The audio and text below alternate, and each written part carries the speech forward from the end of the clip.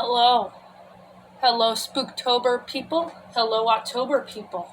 It is October 7th. It's about 4:30 in the afternoon where I live. This is another episode of If I Get Scared or Not of animated stories. What the heck is that? Must have been my mom. Hope she's okay. Probably just making a noise. I am suffering today. I have allergies, and the last video I did, I only reacted to 3 videos, and this one I'm gonna react to the last couple ones. So let's get started. Story number 4: Alone at Night. Me and Emily were like inseparable. She came to my house that evening, just like a million times before. We talked, laughed, and shared secrets. When she left, the sun was already low down, turning the crisp autumn air chilly on our skin. I stood there at the door, waving to see her disappear at the end of the street. The last light of the day faded slowly as it disappeared behind her.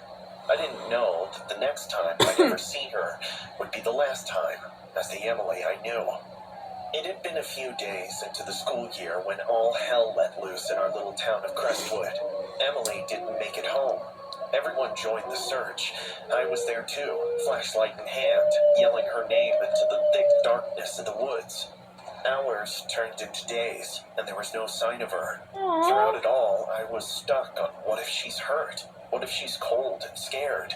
But nothing could have prepared me for what they eventually found. 2 days went by, and a ranger discovered Emily stuck in a cave deep within the forest. I could hear it, and ran as fast as my legs could carry. What I see is etched into my memory now forever. She sat there, a weird big smile on her face and completely white eyes. Something was seriously wrong. It wasn't Emily anymore. It was just as if someone or something else had replaced her. You mean like a possession? Police right away, but all I could do was stand there with my heart pounding in my chest. Her parents soon arrived, equally aghast. Emily sat there, still grinning, still silent, with white eyes staring right through us. She was taken to the hospital, but something dark had already taken hold of her. That don't look like a hospital. That looks like a mental hospital. I visited her the next day, hoping for some explanation, some indication of the girl I grew up with, and the things went even darker in turn. She had her fit in the hospital. I was in the corridor when it happened. I heard screaming, thrashing about, and then, quite suddenly, a nurse bursts out of the room with blood running down her arm. Emily had been the nurse. The woman had to have her sedate Emily. She was chained to the bed. Her father, John, was beside himself. He refused to believe all the stories of dark rituals or possession going the rounds of town. But then she heard a whisper from her mother, Linda, saying that something evil had taken her daughter. John wouldn't take that. He resumed his investigation, tracing down Emily's moves, and that's where they found the CCTV footage. I remember watching that with them. 3 people, dressed in animal masks and black robes, carrying Emily into the woods. It made my stomach twist to take it. Linda was of the opinion they must have used Emily in some dark occult ritual, but John refused to believe in hocus pocus, as he called it. Emily was allowed to go home after 7 days in the hospital. John ensured his friend Dr. Roberts, a psychiatrist of considerable repute, would visit to conduct a session with her. I saw it all happen.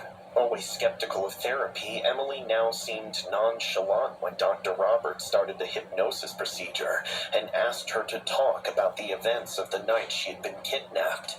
At the beginning, she was sounding so flat, as if she were going through the motions of telling how she was walking home, when then grabbed by the masked figures. And then something changed. Her voice deepened, took on this eerie, malignant tone. I am not the girl you think I am, she said, now smiling even wider. I must be back to my new home in that cave. My blood ran cold. Before anyone could react, Emily broke out of the trance, her eyes turning the horrible vacant white again. She lunged at Dr. Roberts, her hand around his throat. John and I pulled her off with all of our strength, but it was like fighting something inhuman. When we finally subdued her, like I said, she got possessed. She was unconscious. She was taken back to the hospital, but I knew things were far from over. That night, she escaped. Somehow, even with all the chains and all the sedatives, she managed to get out of the hospital and disappear into the night. The police were called, and once again, we were all out searching for her, this time towards the cave where she had been discovered. But when we arrived there, she was nowhere to be found, and in her place, we found a note written in blood. Don't look for me. I'm with my people now. And from that day forward, Crestwood Town never was the same again. Emily's parents were left shattered, trying to grapple with horror mystery of what happened to their daughter. And I couldn't stop thinking about the cave, about the last time I saw her, about what really became of my best friend, Emily.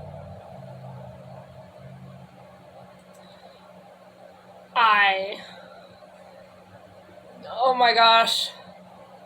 Y'all see my face? Like, I was like, oh my gosh.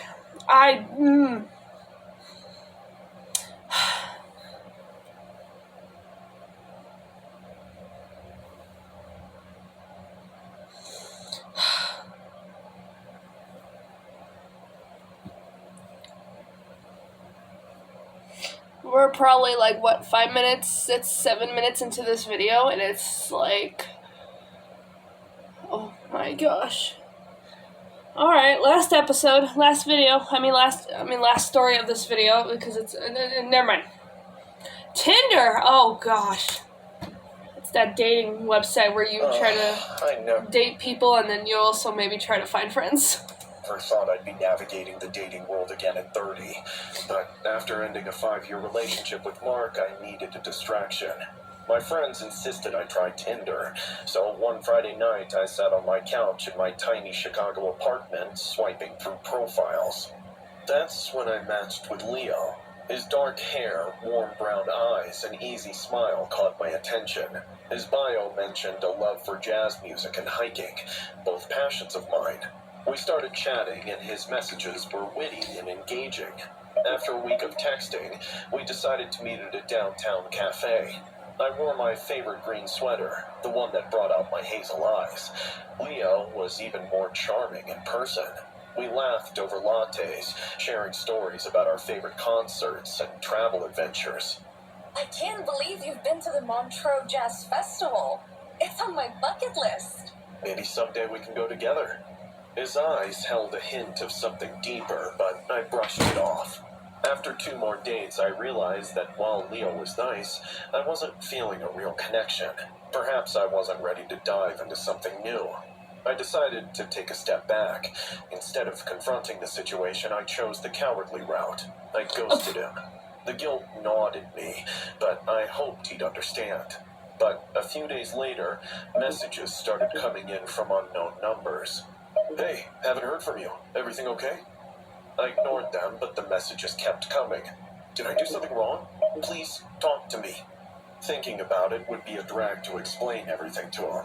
I blocked the numbers, but one morning I found a piece of paper tucked under my car's windshield wiper. I miss seeing your smile.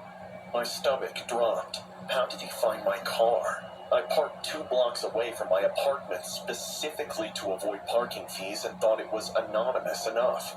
That evening, I found another note taped to my apartment door. We should talk. I scanned the hallway, but it was empty. The hairs on the back of my neck stood up. I double-checked that I locked the door behind me. This is getting out of hand. I called my best friend, Jenna. I think Leo is stalking me. Wait, the Tinder guy? Have you told him to stop? I haven't replied to any of his messages. Maybe I should tell him I'm not interested. I sent Leo a final message. Leo, I'm sorry for the silence. I don't think this is going to work out. Please, stop contacting me. He replied almost instantly. Yeah, I figured. Wish you the best. His response was puzzling, but if it meant that he would stop following me, it was good. Over the next week, I found my mailbox stuffed with letters, all in the same handwriting. You're making a mistake. We belong together. Don't ignore me. One night, as I walked home from the train station, I felt someone watching me. Footsteps echoed mine. I glanced back, but saw no one. I quickened my pace, heart pounding, and reached my apartment building safely. At 2 a.m., my phone buzzed with a voicemail from another unknown number. You can't hide from me. Sleep was impossible. Every creak and groan of the building made me jump. I decided it was time to involve the authorities.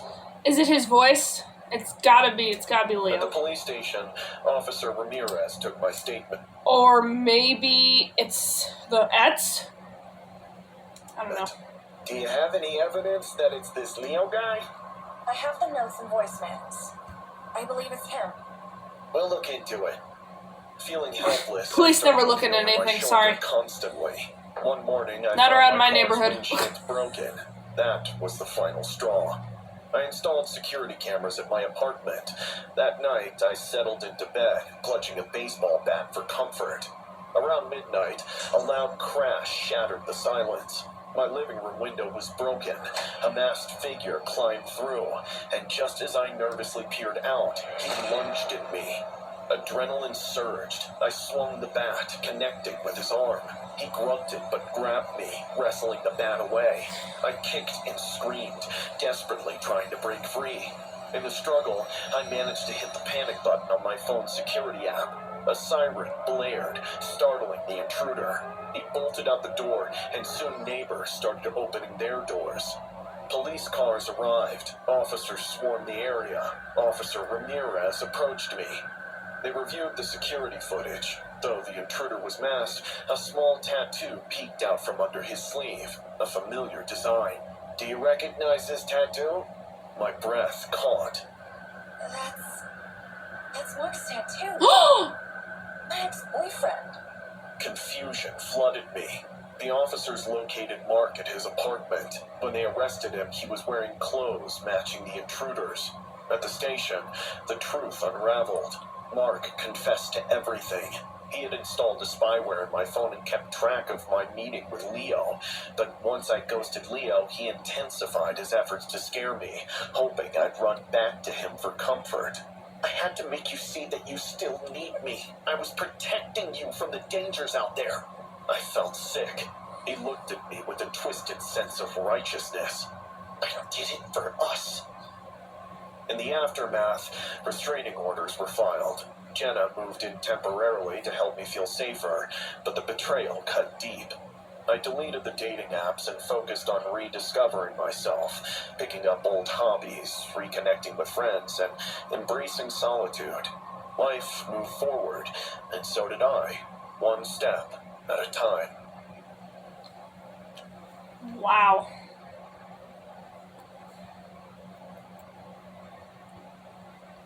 I guessed it. I said Leo first, and then I said the ex-boyfriend. Oh my gosh. That's crazy. Oh my god. Oh my gosh. My gosh, they have over an hour long horror stories. Gosh, that's gonna take me multiple days to watch, you guys. I don't know. Don't get me wrong, I would love to watch these for like multiple days in a row, but I can't. My gosh. Oh my gosh, it's... Is there like something like... I don't know.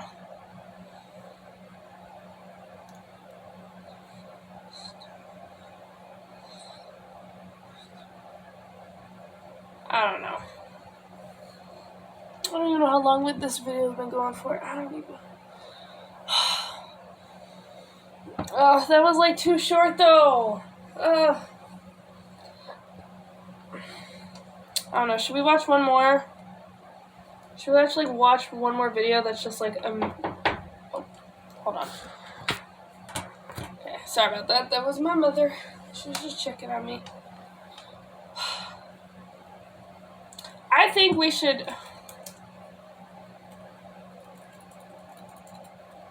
movie trailers that are like Halloween, October themed. But the only thing is that October themed. I don't know. I'm gonna say October themed. I don't know. Oh gosh, I didn't want that to come up. Ooh, I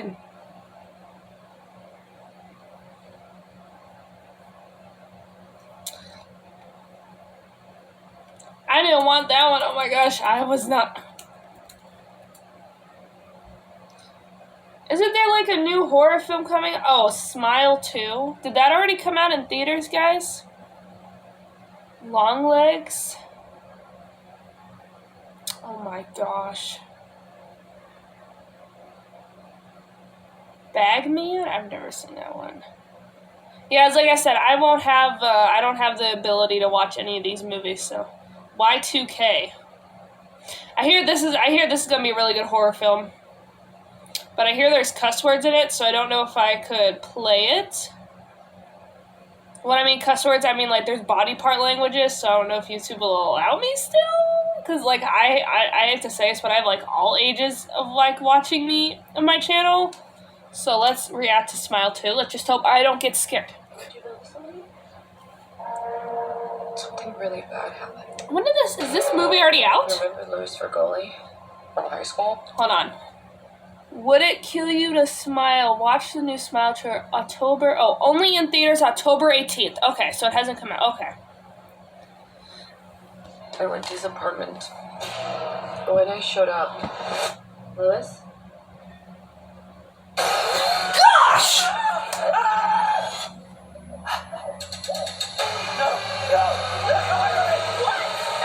He was smiling at me.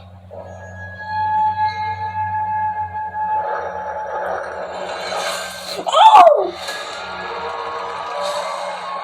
Ladies and gentlemen, Sky Riley. You were in the Dude, Drew Barrymore's in this movie! Oh my gosh. Oh, I hope I didn't wake up my guinea pig. I'm shaking. Holy shiz! My hairs are standing up. Oh. We're gonna get through this. I'm gonna get through this. I'm gonna get through this. Oh my gosh. tour. You okay? I'm gonna get through this. Everywhere. I can get through this. This thing is a parasite. You witnessed a death. Now it's latched onto you. 911, what's your emergency? I've traced the string of deaths to you. I will not be watching this movie when it comes out. Sky, pull it together and get back out there. Tell me that's fake blood on her. Oh, it's just her lipstick. Use me. How do we stop it? We need to kill you first.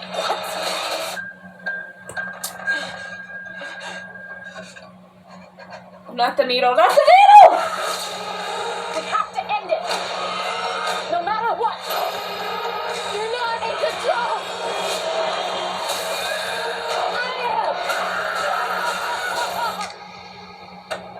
I need to stop it, but I don't know how.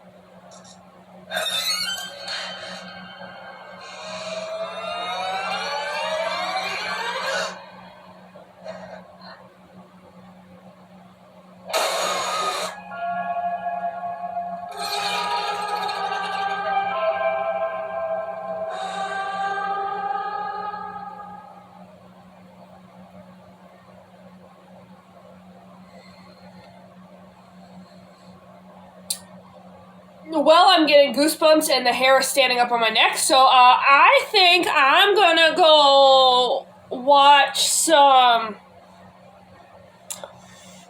I think I'm gonna go make fun of JoJo Siwa's new song and have a great time. Or maybe I shouldn't make Joe fun of JoJo Siwa's music videos, and I'll just I'll listen to some Ariana music or some Miley Cyrus or Carrie Underwood. Okay. Well, y'all know what to do. This video's over. Bye.